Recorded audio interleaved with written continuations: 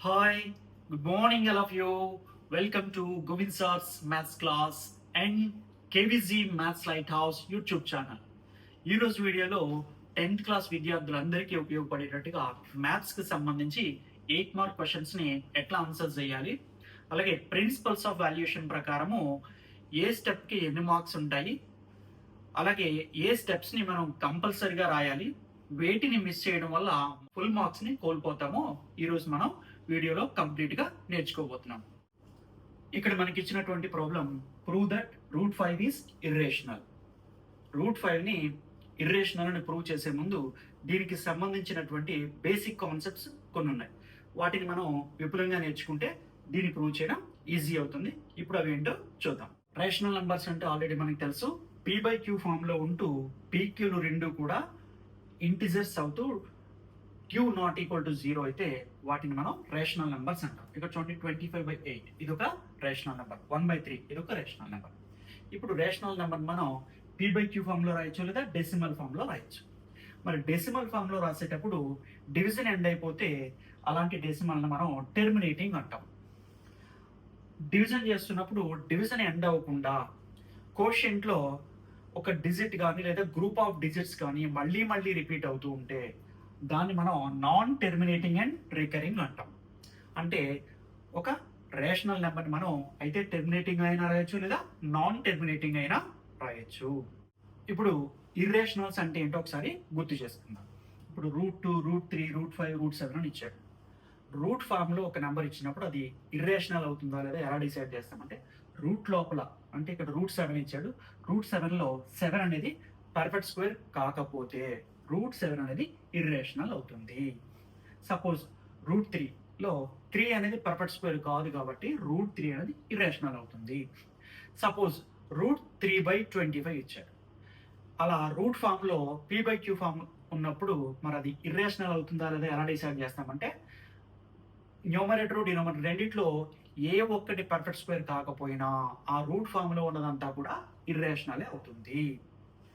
ఇప్పుడు ఈ ఇర్రేషనల్ నెంబర్స్ని మనం డెసిమల్ ఫామ్లో కూడా ఎక్స్ప్రెస్ చేయొచ్చు. కానీ డెసిమల్ చూడండి, √2ని 1.414 అప్ టు సో ఆన్ అంటే డెసిమల్ ఎక్స్పాన్షన్ రాస్తూ ఉంటే ఇది ఎండ్ అవుతుంది, అలా వస్తూనే ఉంటుంది. అంటే ఇక్కడ బార్ రాదు, ఎండ్ అవ్వదు. అందుకే వీటిని మనం ఈ డెసిమల్ ఎక్స్పాన్షన్ p/q ఫామ్లో రాయలేము. అందుకే మనం p/q ఫామ్లో రాయలేనటువంటి నెంబర్స్నే ఇర్రేషనల్ నెంబర్స్ అని కూడా అంటాం. Numbers which cannot be expressed in p/q form are called irrationals. ఇప్పుడు ఇర్రేషనల్ నెంబర్స్ అన్నిటిని ఒక సంచిలో వేసామనుకోండి, దాన్ని మనం q' డినోట్ చేస్తాం. రేషనల్ నెంబర్స్ అన్నిటిని ఒక సంచిలో వేస్తే దాన్ని qతో డినోట్ చేస్తాం. ఇప్పుడు రేషనల్ నెంబర్స్ అని ఒక సంచిలోను, ఇర్రేషనల్స్ అని మరొక సంచిలోను వేసాం. ఈ రెండింటిని ఒక పెద్ద సంచిలో వేస్తే దాన్ని రియల్ నెంబర్స్ అంటాం. అంటే రియల్ నెంబర్స్లో ఏమేమి ఉంటాయి అనమాట, రేషనల్ నెంబర్స్ ఉంటాయి, ఇర్రేషనల్ నెంబర్స్ ఉంటాయి. సో మనం గుర్తుపెట్టుకోవాల్సింది ఏంటంటే, రియల్ నెంబర్ సెట్లోంచి ఒక నెంబర్ తీస్తే అయితే అది రేషనల్ నెంబర్ అయినా అవుతుంది, లేకపోతే ఇర్రేషనల్ అయినా అవుతుంది. రేషనల్ అయింది అంటే అది ఇర్రేషనల్ అవ్వదు.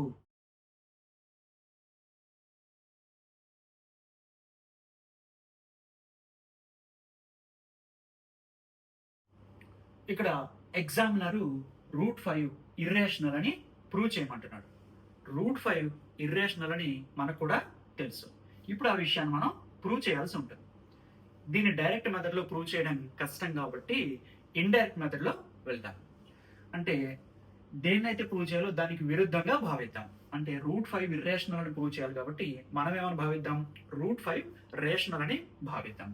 So let us assume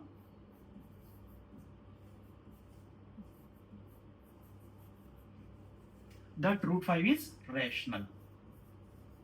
That √5 is rational.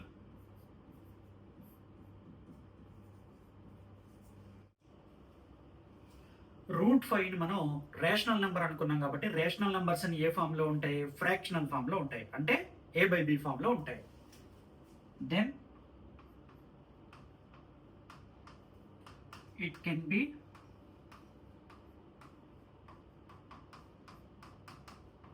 written in a/b form. or p by q form. Root 5 is equal to a by b, where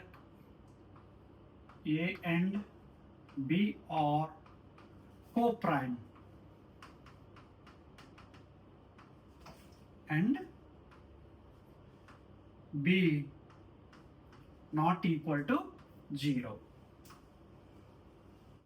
so root 5కి సమానమైనటువంటి ఫ్రాక్షన్ a by b అని అనుకుందాం. దీన్ని simplest ఫామ్లో రాసామని అనుకుందాం. అంటే అర్థం ఏంటి, ఏబీలకు ఒకటి తప్ప మరొక కామన్ ఫ్యాక్టర్ ఉండదు.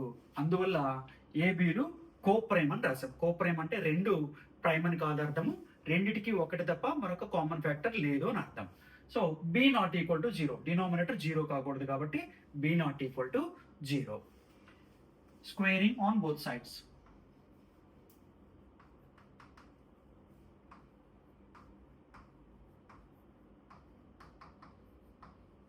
ఇప్పుడు మనం ఏం చేద్దాం, బోత్ సైడ్స్ స్క్వేర్ చేద్దాం. Root 5 whole square is equal to a by b whole square.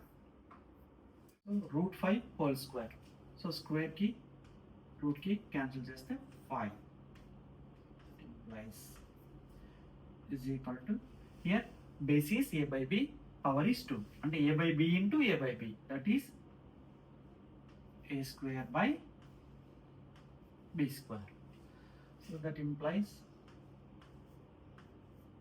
5b square is equal to a square. ఎందుకంటే ఇక్కడ b స్క్వేర్ a స్క్వేర్ ని డివైడ్ చేస్తుంది, మనం అటు పంపిస్తే మల్టిప్లై చేస్తుంది, అంటే 5b square is equal to a square. ఇక్కడ మనం a స్క్వేర్ ని ఎలా రాయగలుగుతున్నాం, 5 ఇంటూ సమ్ ఇంటిజర్. b అనేది ఒక ఇంటిజర్ కాబట్టి b స్క్వేర్ కూడా ఒక ఇంటిజర్, అంటే 5 ఇంటూ ఇంటిజర్గా రాయగలిగితే అది ఖచ్చితంగా 5 మల్టిపుల్ అవుతుంది. సో 5, 10, 15 వీటన్నిటిని ఎలా రాయగలుగుతున్నాం, 5 ఇంటూ 1, 5 ఇంటూ 2, 5 ఇంటూ 3, అట్లా 5 మల్టిపుల్స్ అన్నిటిని 5 ఇంటూ ఒక ఇంటిజర్గా రాయగలుగుతాం. కాబట్టి ఇక్కడ ఏ స్క్వేర్ని 5 ఇంటూ ఇంటిజర్గా రాయగలుగుతున్నాం కాబట్టి ఏ స్క్వేర్ అనేది 5 మల్టిపుల్ అవుతుంది. సో దట్ ఇంప్లైస్ మనం ఏం చెప్పొచ్చు, 5 డివైడ్స్ ఏ స్క్వేర్. అంటే ఏ స్క్వేర్ అనేది 5 మల్టిపుల్ కాబట్టి 5 మల్టిపుల్ ఖచ్చితంగా 5 డివైడ్ చేస్తుంది, అందుకే 5 divides a square. Why, because since a square is multiple of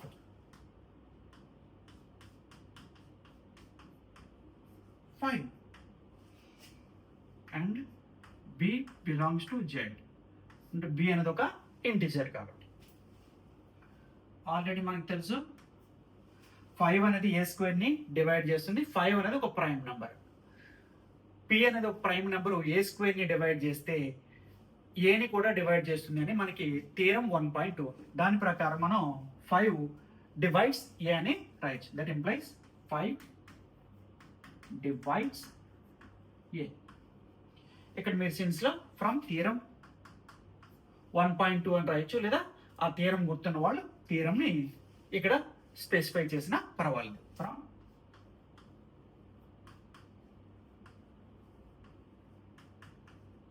so రాయగలిగే వాళ్ళు ఇక్కడ థీరంని క్లియర్గా రాయండి. సో దీన్ని మనం 1 అని అనుకుందాం. సో 5 అనేది ఏని డివైడ్ చేస్తుంది, అంటే ఏ అనేది 5 మల్టిపుల్ అని తెలుస్తుంది. So let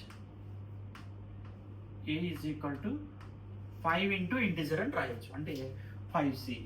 so here c is an integer.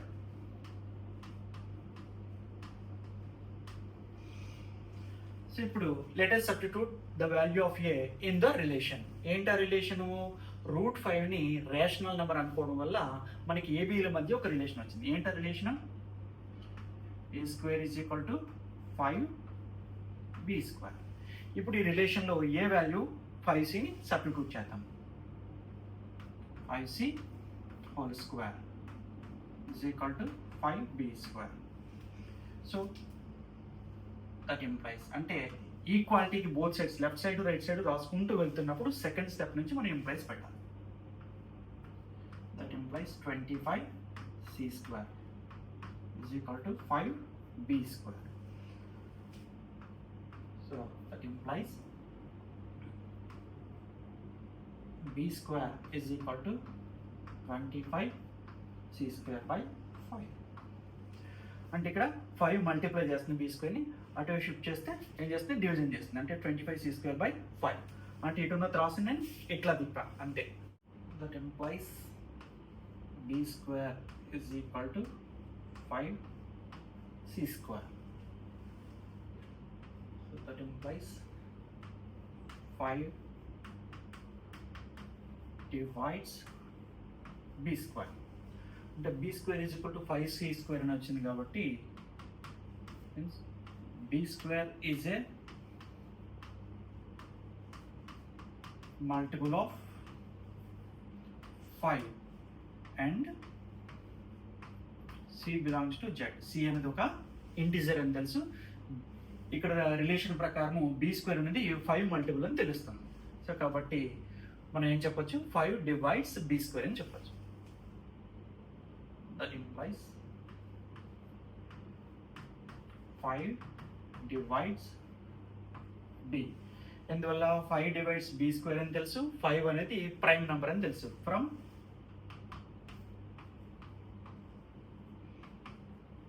Theorem 1.2. So theorem 1.2 ప్రకారము 5 bని కూడా డివైడ్ చేస్తుందని రాయొచ్చు. దీన్ని స్టేట్మెంట్ 2 అనుకోండి. So from statement 1 and statement 2 5 divides A statement 1 ప్రకారం, స్టేట్మెంట్ 2 ప్రకారం 5 డివైడ్స్ బి. అంటే 5 divides both A and B. అంటే ఇక్కడ స్టేట్మెంట్ 1, 2 ప్రకారం మనకి ఏమొస్తుంది, 5 divides both A and B. 5 అనేది ఏబిలు రెండింటిని డివైడ్ చేస్తుందని వస్తుంది. A and B have common factor 5.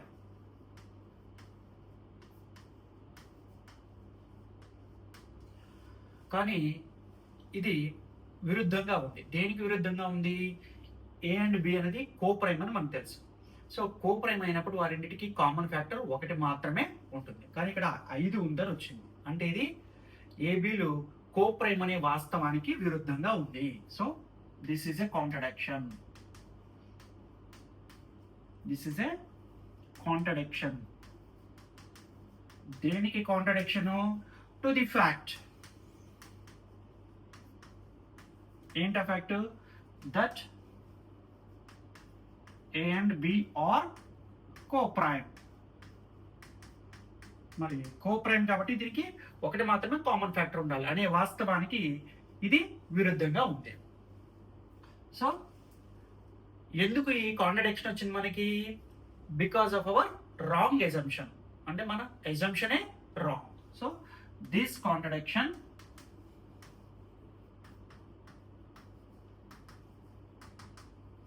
has arisen. So because of our wrong assumption.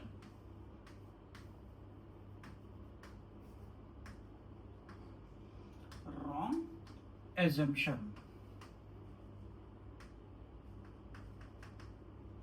మన ఎజంప్షన్ కూడా ఎలా చేసాము, వాడు ఏదైతే ప్రూవ్ చేయమన్నాడో దానికి విరుద్ధంగా ఎజంప్షన్ చేసాం. అంటే మన ఎజంప్షన్ రాంగ్ అయితే వాడు ఇచ్చింది కరెక్టే కదా. అంటే ఇప్పుడు మనం we can conclude that root 5 is irrational. So therefore మనం ఏం చెప్పొచ్చు, root 5 is irrational.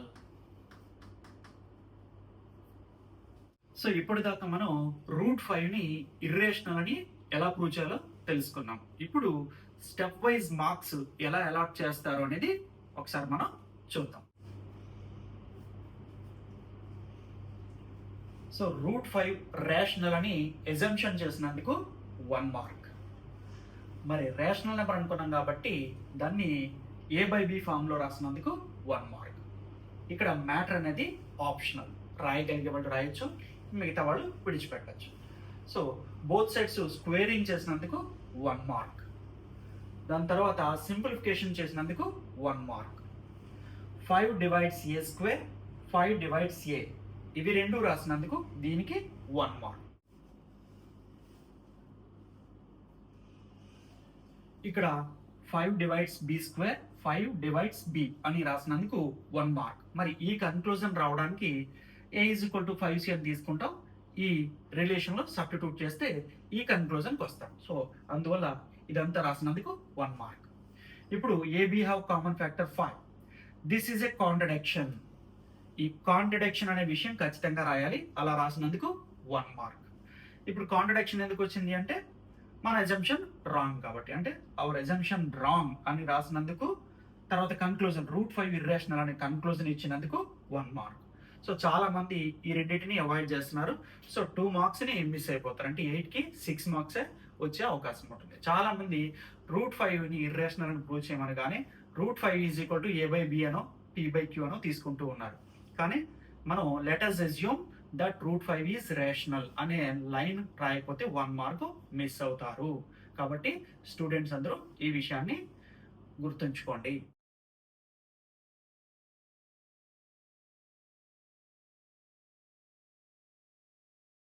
Is √5 irrational? Justify your answer అంటే ఎస్ √5 ఈజ్ ఇర్రేషనల్ అని రాసేసి √5ని ఇర్రేషనల్ అని ప్రూవ్ చేయడమే. ఎలా ప్రూవ్ చేయాలన్నది ప్రొసీజర్ ఆల్రెడీ మనం చూసాం.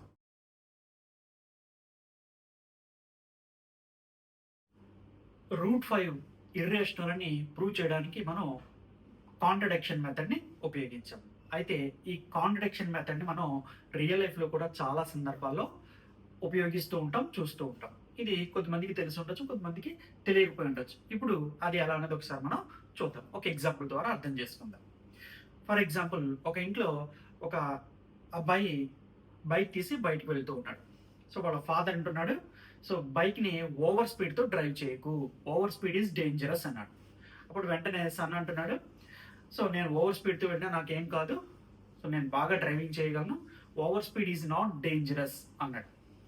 అని చెప్పేసి బయలుదేరి బయటకు వెళ్ళిపోయాడు. సో వెళ్ళిన తర్వాత ఈ ఓవర్ స్పీడ్తో వెళ్తూ ఉండడం వల్ల కంట్రోల్ తప్పి యాక్సిడెంట్ అయింది. తర్వాత హాస్పిటలైజ్డ్ అయ్యాడు.